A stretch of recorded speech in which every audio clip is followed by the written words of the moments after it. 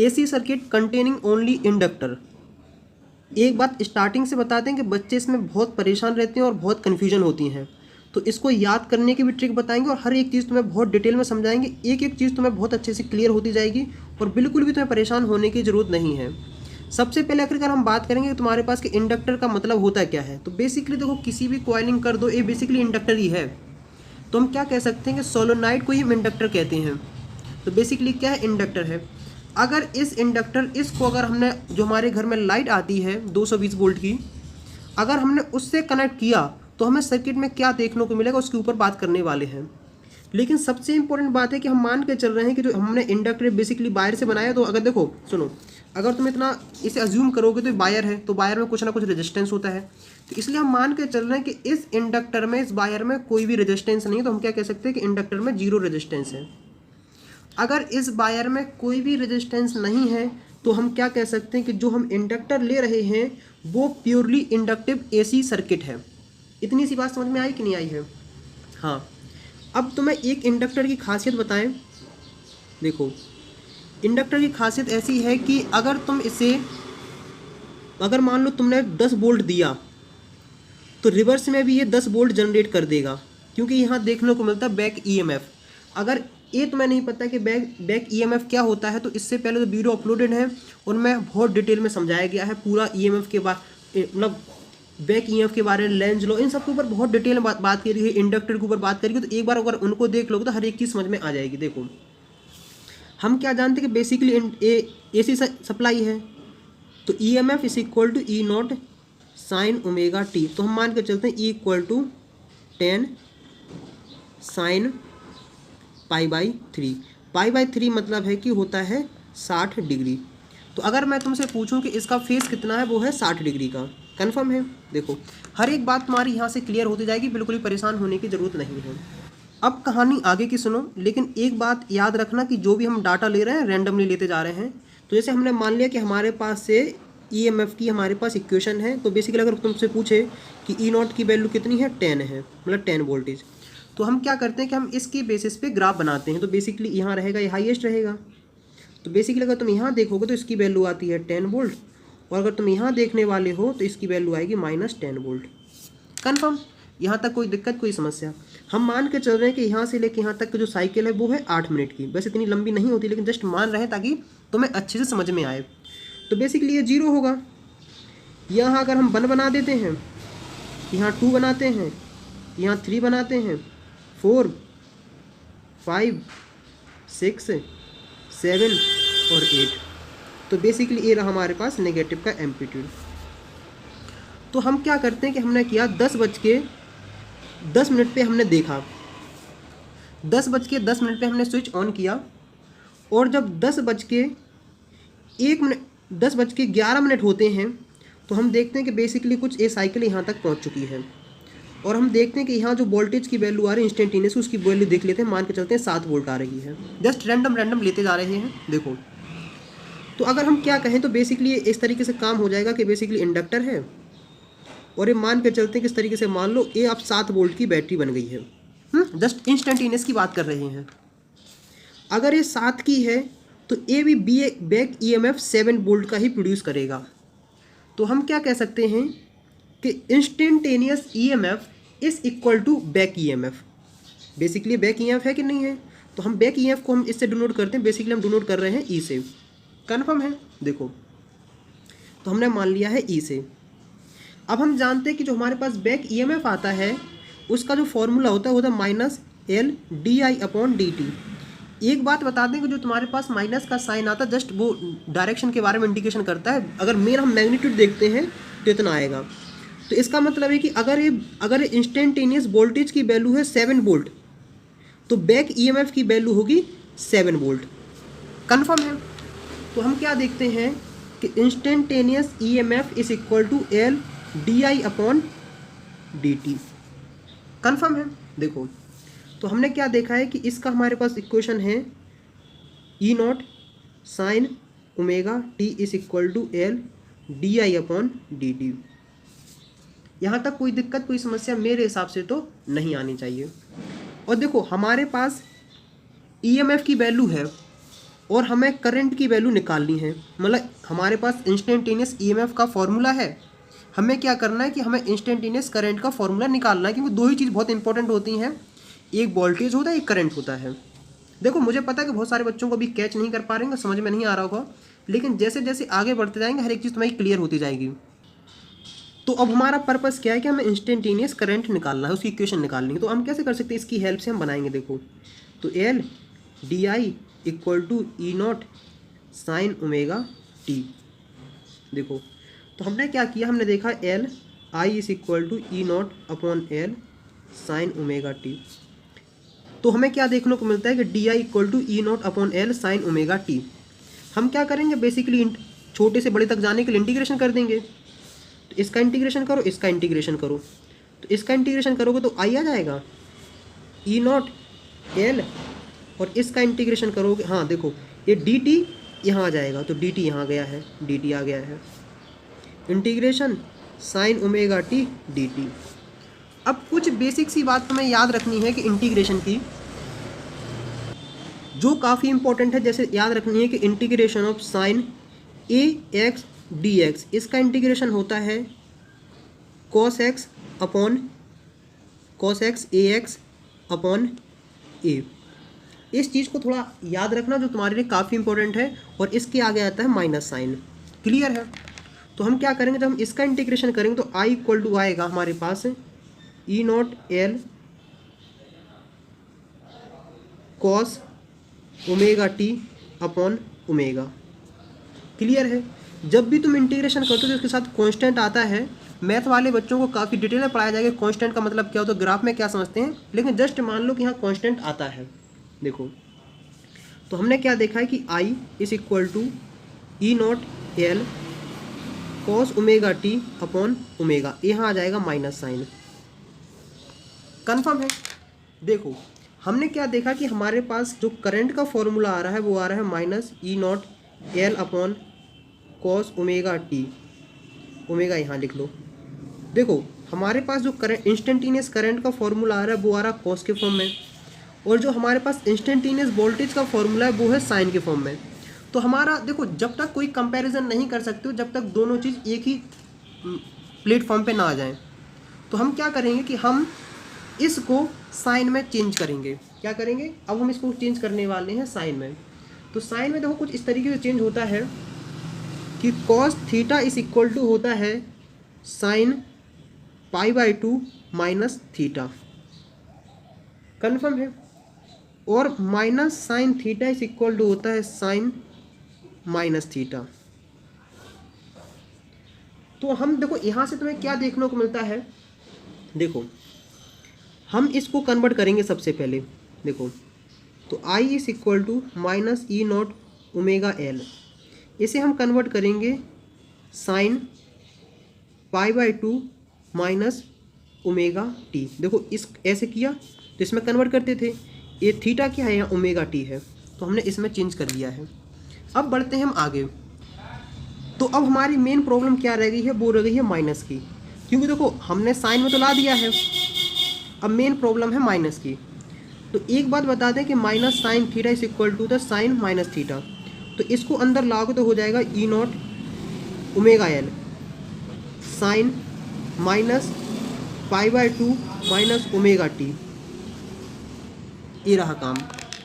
तो इसको जब तुम देखने को जाओगे तो E naught omega L sine omega T minus pi by two. तो हमें क्या देखने को मिलता है कि इंस्टेंटेनियस ईएमएफ का हमारे पास फॉर्मूला है, ये रहा, और इंस्टेंटेनियस करंट का जो हमारे पास फॉर्मूला है वो हमारे पास है E naught omega L sine omega T minus pi by two. Confirm? लेकिन एक इम्पोर्टेंट बात और बता दें कि हमारे पास करंट का जनरल फॉर्मूला हमें देखने को मिलता है, तो इसको तुम क्या मान सकते हो, बेसिकली क्या है, ये है एम्पलीट्यूड। तो I naught is equal to E naught upon omega L. तो बेसिकली ये वोल्टेज है, और हम जानते हैं कि V equal to I R होता है, और कहीं लिखा है V equal to I equal to V upon R. तो जो अगर ऊपर वाला वोल्टेज है और ए वाला करंट है, तो नीचे वाला पक्के में रेजिस्टेंस होगा। तो इसका मतलब क्या है कि आखिरकार हमें मान सकते हैं कि ए है रेजिस्टेंस एक प्रकार का। अभी मैं बताऊंगा कि आखिर ये कौन सा रेजिस्टेंस है, क्या रेजिस्टेंस है, उसमें परेशान नहीं होना है, लेकिन जस्ट अभी इतना समझो जो तुम्हारे लिए काफ़ी है। इसे बेसिकली हम लोग बोलते हैं, इसका नाम होता है, इसको बोलते हैं इंडक्टिव रिएक्टेंस। इसका नाम क्या है? रिएक्टेंस। और कई जगह अगर सिंपल से रिएक्टेंस भी बोलते हैं। यहाँ तक बात कन्फर्म। अब कहानी सुनो आगे की। तो पिछली वाली वीडियो मैंने क्या बोला था कि अगर तुम्हें पता करना है कि कौन किसके लैग में है और क्या फेज डिफरेंस है, तो तुम्हें सबसे इम्पोर्टेंट पार्ट ध्यान रखना है, वो रखना है साइन ओमेगा टी के ऊपर। तो अब हम बात करते हैं कि इसमें कौन किसको लैग कर रहा होगा। देखो यहाँ से हमें कुछ भी पता नहीं चलेगा कौन किसको लैग कर रहा है। फेज का जो मतलब समझ में आता है वो यहाँ से समझ में आता है। देखो ये रहा साइन ओमेगा टी और ये रहा sign omega T minus pi by two. तो इसका मतलब है कि करंट और ईएमएफ दोनों एक ही फेज में नहीं है। एक बात तो क्लियर है। अब कौन किससे आगे चल रहा है उसके बारे में बात करते हैं। जब भी तुम सर्किट में पढ़ोगे तो सबसे ज़्यादा प्रेफरेंस दी जाती है वोल्टेज को। तो जो भी हम बात करते हैं वोल्टेज की रेफरेंस में बात करते हैं। देखो अगर हम इसको इस तरीके से ग्राफ बनाते हैं तो हमें काफ़ी अच्छी तरीके से समझ में आएगा। देखो हम बनाने वाले हैं इसका ग्राफ। तो हमारे पास एक ग्राफ रहा कुछ इस तरीके से। देखो इस चीज़ को बहुत अच्छे से देखते जाना, तुम्हें एक एक चीज़ यहाँ से क्लियर होती जाएगी। अब हम क्या करते हैं कि हम बनाते हैं दूसरे का ग्राफ। देखो इसका ग्राफ बनाने वाले हैं। तो अभी इसका जो ग्राफ बनता है वो बनता है यहाँ से कि ये यहाँ इसकी मैक्सिमम वैल्यू है, ये मैक्सिमम है, ये मैक्सिमम है और ये मैक्सिमम है। देखो तो बेसिकली कुछ इस तरीके से देखने को मिलेगा।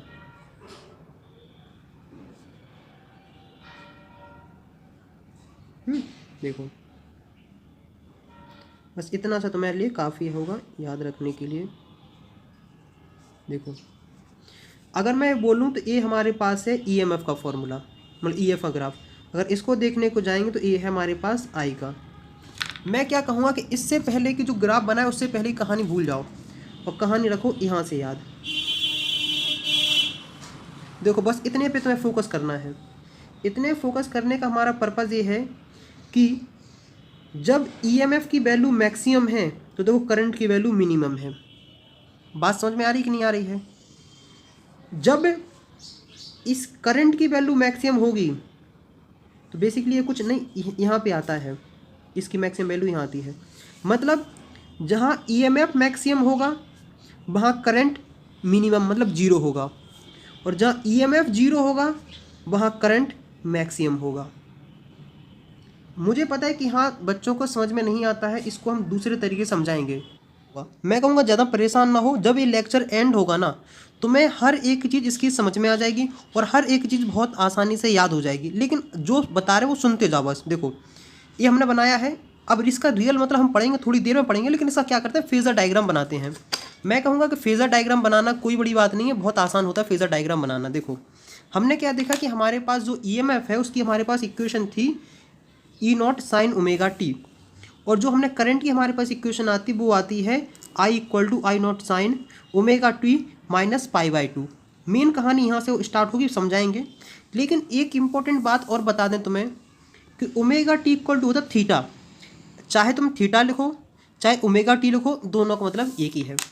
और हम क्या करते हैं एक जनरल सा एंगल मान के चलते हैं, जैसे मैंने मान लिया pi by three. Pi by three मतलब होता है 60 डिग्री। देखो अब सुनो, तो सबसे पहले क्या करो कि इसका फेज़र डायग्राम बनाओ। बना लिया है तो इसका फेज़र डायग्राम बनेगा कुछ इस तरीके से। और देखो ये होती है रियल एक्सिस मतलब एक्स एक्सिस। इसके रेफरेंस में तुम्हें कितना डिग्री बनाना है? 60 डिग्री, मतलब ओमेगा टी। कन्फर्म है? अब आ जाओ इसके ऊपर I naught sine omega T minus pi by two. Main कहानी हमें यहाँ से सुननी है। देखो यहाँ से सुनना। देखो उसमें क्या क्या कहा गया है कि इसका जो एंगल, देखो बेसिकली इसको क्या मान के चलते हैं, देखो इसको मान के चलते हैं अल्फ़ा। तो हमने क्या देखा, alpha is equal to omega T minus pi by two, या फिर हम क्या कह सकते हैं कि omega T is equal to pi by two plus alpha, मतलब theta is equal to pi by two plus alpha. इसका कहने का मतलब ये है कि जो तुम्हारे पास थीटा एंगल है वो अल्फ़ा से π/2 आगे है। बात समझ में आ रही क्या है? अगर ये लिखा होता theta is equal to π/3 plus alpha, तो इसका कहने का मतलब होता कि इसका कहने का मतलब होता थीटा अल्फ़ा से π/3 मतलब 60 डिग्री आगे है। अगर इसी बात को हम घुमा के कहते हैं तो ये कहना होगा कि जो अल्फ़ा एंगल है वो थीटा एंगल से π/3 पीछे है। तो बेसिकली इसमें हमने क्या देखा है कि जो अल्फ़ा एंगल है वो बेसिकली थीटा से π/2 पीछे है। π/2 मतलब 90 डिग्री। तो हम क्या करेंगे, इससे 90 डिग्री पीछे एक एंगल बनाते हैं। तो जो हमने किया, इससे पीछे 90 डिग्री हमने बनाया, तो हमारे पास ये एंगल देखने को मिला है। देखो, अब एक बात याद रखना कि ये जो लाइन है ये है E0 और ये जो लाइन है वो है I0। ये समझ लो जस्ट वेक्टर की तरह रिप्रेजेंट करने का तरीका है। देखो, हम क्या कहेंगे कि इसमें, इस लाइन में और इस लाइन में कितने एंगल का डिफरेंस है, वो है π/2 का। तो हम क्या कह सकते हैं कि E0 I0 से π/2 आगे है। तो हम क्या कह सकते हैं कि आखिरकार जो करंट है वो EMF से π/2 पीछे है, मतलब लैग कर रहा है। तो इसलिए कई जगह तुम्हें इस लैग की कहानी सुनने को मिलेगी, कौन किसको लैग कर रहा है, कौन क्या कर रहा है। तो इसका रियल मतलब ये होता है। अभी रियल मतलब तुमने समझा नहीं कि इसका एक क्या ग्राफ है, वो समझेंगे, घबराओ नहीं, लेकिन जस्ट अभी फेजर डायग्राम का रियल मतलब समझा है। तो अगर तुमसे कोई पूछ ले कि अगर ए वाला एंगल हम मान के चलते हैं 60 डिग्री है, तो ए वाला एंगल कितना होगा, ए होगा 30 डिग्री। समझ रहे कि नहीं समझ रहे? तो मुझे उम्मीद है कि यहाँ तक तुम्हें सिंपल सी बात समझ में आ गई होगी। यहाँ तक कोई दिक्कत, कोई समस्या मेरे हिसाब से तो नहीं होनी चाहिए। अब हम समझते हैं इसका रियल मतलब। किसका रियल मतलब? इसका रियल मतलब कि आखिरकार ग्राफ में क्या कहानी हो रही है और जब सर्किट होगा तो उसमें क्या देखने को मिलेगा। अब हम बात करते हैं इसके रियल मतलब के लिए, जो तुम्हारे लिए काफ़ी इंपॉर्टेंट है और बहुत कुछ यहाँ से तुम्हारे दिमाग में क्लियर हो जाएगा। जैसे हमने मान के चला है कि हमने ये क्या बनाया, एक सर्किट बनाया है और सर्किट में क्या लगाया है, इंडक्टर। और इस इंडक्टर पे हमने लगाया है एक ऐसा मीटर जो क्या करेगा, करंट के बारे में इंफॉर्मेशन प्रोवाइड करेगा। और बेसिकली हमने यहाँ क्या कनेक्ट कर दिया, हमने कनेक्ट कर दिया एक AC सप्लाई। और एक मीटर हमने इसके अक्रॉस लगाया है, बेसिकली जो क्या करेगा, जो बताएगा वोल्टेज के बारे में, इसकी इन्फॉर्मेशन कि इसका कितना वोल्टेज ड्रॉप हो रहा है। तो आखिरकार अगर हम इसका करंट का और वोल्टेज का अगर हम ग्राफ बनाते हैं तो हमें देखने को मिलता है कि वोल्टेज का बेसिकली इस तरीके से ग्राफ बनता है। जबकि जो हमारे पास करंट होता है उसका ग्राफ कुछ इस तरीके से होता है कि यहाँ मिनिमम होगा, यहाँ मिनिमम होगा, इस तरीके से बनेगा है। तो कुछ इस तरीके से हमें इसका ग्राफ देखने को मिलता है। ये काफ़ी इंपॉर्टेंट है, तुम्हारे लिए बहुत हेल्पफुल करेगा। लेकिन याद करना रखना कि जो इसका मैग्नीट्यूड होता है वो हमेशा इस करंट वाले मैग्नीट्यूड से बड़ा रहता है, करंट वाले मैग्नीट्यूड से बड़ा रहता है। मतलब I0 E0 की वैल्यू बड़ी रहेगी या फिर इक्वल टू रहेगी I0 के ऊपर। अब देखो कहानी आगे की सुनो जो तुम्हारे लिए काफ़ी इंपॉर्टेंट है। देखो बेसिकली अगर इस मीटर के बारे में हम थोड़ा और बात करते हैं तो ये मीटर मान लो कुछ इस तरीके से है, ऐसे है, और बीच में लगी है इसकी क्या, एक नीडल। क्या है, नीडल लगी है। नीडल का मतलब है कि इसकी मैक्सिमम वैल्यू यहाँ होगी कि अगर करंट पॉजिटिव में ऐसे जा रहा है तो बेसिकली नीडल यहाँ जाएगी, और जब करंट ऐसे आएगा तो बेसिकली नीडल यहाँ जाएगी, और जब करंट बिल्कुल नेगेटिव में जाएगा तो ये नीडल ऐसे जाएगी और ऐसे आएगी है। बेसिकली इस तरीके से हमने अपने हिसाब से सोच रखा है। और सेम टू सेम कहानी किसके लिए होती है, सेम टू सेम कहानी होती है वोल्टेज के लिए। ये मान लो ये करंट के लिए है और ये रही ये मीटर रहा वोल्टेज के लिए, EMF के लिए। तो कुछ ऐसे भी रहेगी, ऐसे भी रहेगी। तो देखो हमने क्या किया, जैसे स्विच ऑन किया, जैसे हम मान के चलते हैं यहाँ से, तो कन्फ्यूजन तुम्हें समझ में नहीं आएगी, बेसिक रहेगी यहाँ से बात। तो हमें क्या करना है, कंसंट्रेट करना है यहाँ से। तो ये I है और ये है E के लिए। तो जैसे ही हमने स्विच ऑन किया, देखो इस समय करंट की वैल्यू होगी 0। करंट की वैल्यू 0 होने का मतलब होता है ये होगा पॉइंट यहाँ, लेकिन वोल्टेज की वैल्यू होगी कहाँ, मैक्सिमम होगी, मतलब वोल्टेज की नीडल होगी यहाँ। कन्फर्म है? जैसे जैसे आगे बढ़ते जाएंगे देखो ये यहाँ जाके क्या पहुँचेगा, मैक्सिमम पहुँचेगा। तो ये नीडल आ जाएगी यहाँ से यहाँ, जबकि इसकी नीडल पहुँच जाएगी यहाँ। समझ रहे कि नहीं समझ रहे? अगर इसी की जगह अगर क्या लगा होता, रेजिस्टेंस लगा होता, तो रेजिस्टेंस में पता क्या होता, रेजिस्टेंस में पता है क्या देखने को मिलता कि रेजिस्टेंस में ग्राफ बनता कुछ इस तरीके से का। ए अगर हम मान लें ई के लिए बना लेते हैं तो बेसिकली ए बनता है हमारे लिए आई के लिए, समझे। तो इसमें नीडल देखने को इस तरीके से मिलता, अगर रेजिस्टेंस होता कि अगर करंट की नीडल यहाँ जा रही है तो इस वोल्टेज की भी नीडल यहीं को जाती। समझ रहे कि नहीं समझ रहे। आखिरकार ये सब चेंज किसकी वजह से आ रहा है, ये आ रहा सिंपल सा फेस की वजह से, क्योंकि जो इंडक्टर में है वो फेस डिफरेंस आ रहा है π/2 मतलब 90 डिग्री का, मतलब क्वार्टर का। समझे कि नहीं समझे। क्वार्टर मतलब होता है 1/4 मतलब π/2, π/2 मतलब 90 डिग्री का डिफरेंस आ रहा है। अगर सर्किट प्योर इंडक्टिव है तो उसमें जो फेज डिफरेंस आएगा वो आएगा π/2 का। तो मुझे उम्मीद है कि अभी थोड़ा हल्का बहुत तुम्हें क्लियर हो गया होगा कि मैं क्या कहना चाह रहा था। समझे कि नहीं समझे। अगर हम मान के चलते हैं कि इस मीटर पे हमने क्या लगा दिया, बल्ब लगा दिया है, तो जब बेसिकली ये नीडल पता है यहाँ होगी, जब मतलब यहाँ ये पॉइंट होगा तो ये बल्ब ग्लो नहीं करेगा। जब यहाँ से यहाँ को जाएंगे ग्राफ में तब ये बल्ब की रोशनी बढ़ती जाएगी और तब इस वोल्टेज की वैल्यू घटती जाएगी। तो हमें कुछ इस तरीके से देखने को मिल रहा है कि अगर वोल्टेज की वैल्यू बढ़ रही है तो करंट की वैल्यू घट रही है। कुछ जहाँ ये एक दूसरे को इंटरसेक्ट करेंगे ना, ये वो पॉइंट होगा जहाँ वोल्टेज की एंड करंट की दोनों की वैल्यू बराबर बराबर होगी। तो मुझे उम्मीद है कि यहाँ तक तुम्हें काफ़ी हद तक बात समझ में आ गई होगी कि इसको किस तरीके से समझना है। एक बार रिपीट करके देखोगे तो तुम्हें और अच्छी समझ में आएगा, और थोड़ा अपना विजुलाइजेशन करोगे तो भी और अच्छी समझ में आएगा। और अगर कुछ भी समझ में नहीं आया तब भी तुम्हें कोई टेंशन लेने की ज़रूरत नहीं है, क्योंकि जो बात करते हो इंजीनियरिंग लेवल की बात कर रहे हैं ताकि तुम्हें थोड़ा हल्का फुल्का फील हो। मुझे पढ़ाई में तब तक मज़ा नहीं आता जब तक बच्चों को उस चीज़ का फील ना कराओ। हाँ, तो तुम्हें बेसिकली याद ये रखना है अपने स्कूल लेवल तक की कि अगर सर्किट प्योर इंडक्टिव है तो करंट एंड ईएमएफ में फेज डिफरेंस होता है π/2 का। समझे कि नहीं समझे। इसमें वोल्टेज रहता है आगे और करंट रहता है पीछे, और इन दोनों में एंगल होता है π/2। क्लियर। मुझे उम्मीद है कि अब ये बात काफ़ी अच्छे तरीके से समझ में आ गई होगी। लेकिन एक डाउट्स बचा रहेगा होगा, I=I0 sin ωt माइनस π/2। अगर तुमने इसको देखा तो उसका फॉर्मूला तुम्हारे पास आ रहा था E0 upon ωL sin ωt minus π/2। अब जो मेन दिक्कत आ रही होगी वो आ रही होगी तुम्हें इसके लिए। तो बेसिकली इसे हम लोग रिप्रेजेंट करते हैं XL से, और इसे बेसिकली हम लोग बोलते हैं रिएक्टेंस। समझे कि नहीं समझे। और ये वैल्यू तुम्हारे लिए काफ़ी इंपॉर्टेंट है। तो अब हम बात करते हैं XL के लिए, जिसे बेसिकली बोलते हैं रिएक्टेंस। और अगर तुम इंडक्टर यूज़ कर रहे हो तो इसको बोलते हैं इंडक्टिव रिएक्टेंस।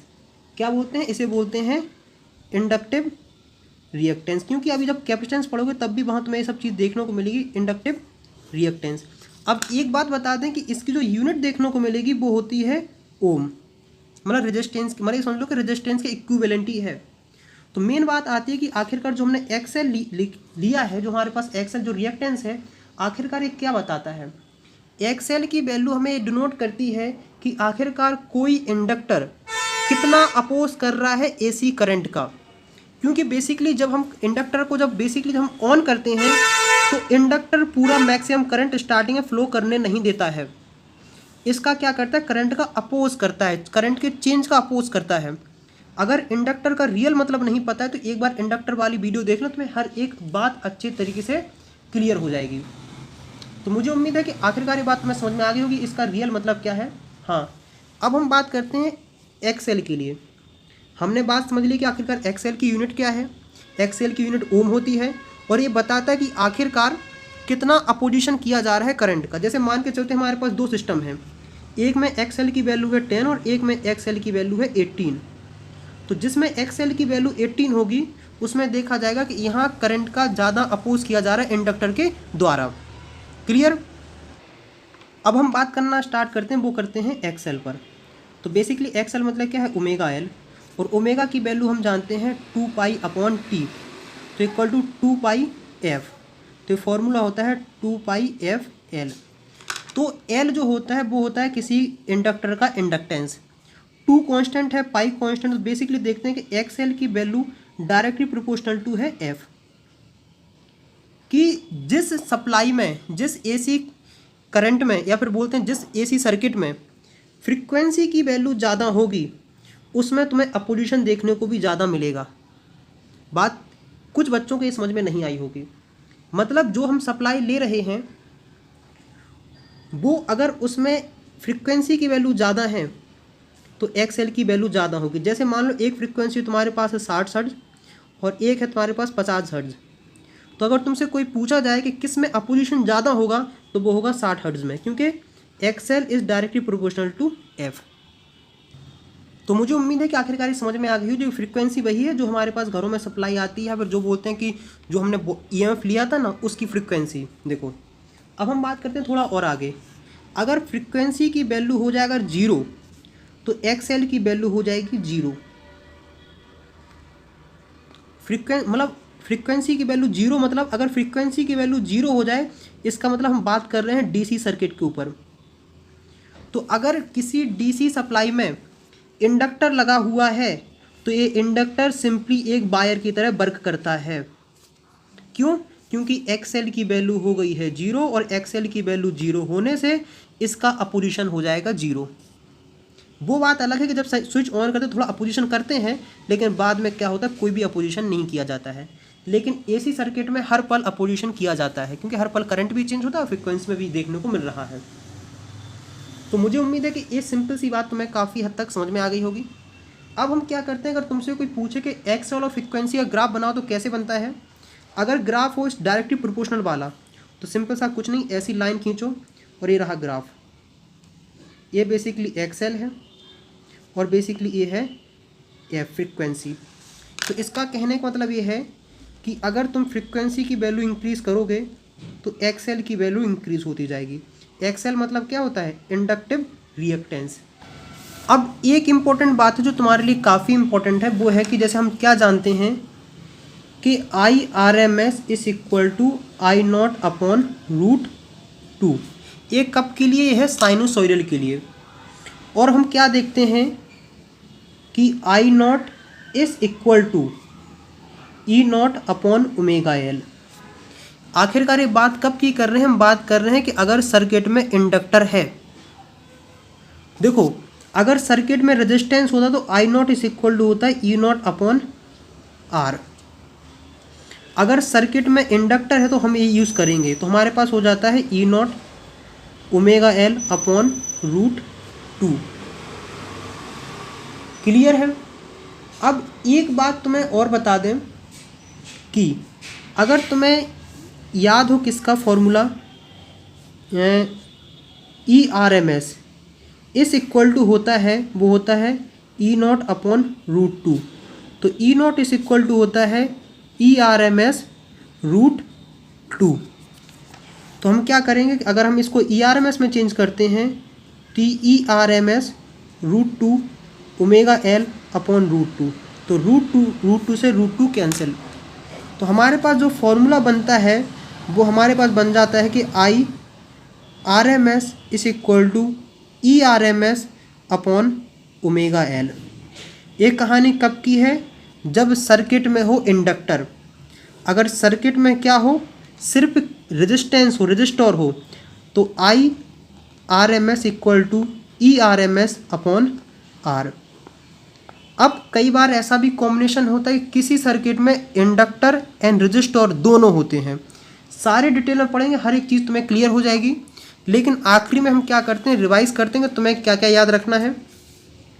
तुम्हें बेसिकली कुछ चीज़ें याद रखनी है। वो याद रखनी है कि जो हमारे पास ईएमएफ होता है, वोल्टेज होता है, वो करंट से π/2 आगे रहता है। तो हम क्या कह सकते हैं कि करंट वोल्टेज से π/2 लैग करता है, क्योंकि यहाँ हम जो रेफरेंस मान के चल रहे हैं वो मान के चल रहे हैं वोल्टेज को। पहली बात। दूसरी बात तुम्हें याद रखनी है कि X L is equal to omega L. तो X L is directly proportional to frequency. तो अगर तुमसे कोई पूछ ले कि जो डीसी सप्लाई है उसके लिए एक्सएल मतलब इंडक्टिव रिएक्टेंस की वैल्यू क्या होगी, वो होगी 0। तो मुझे उम्मीद है कि अब तुम्हें काफ़ी अच्छे तरीके से समझ में बात आ गई होगी।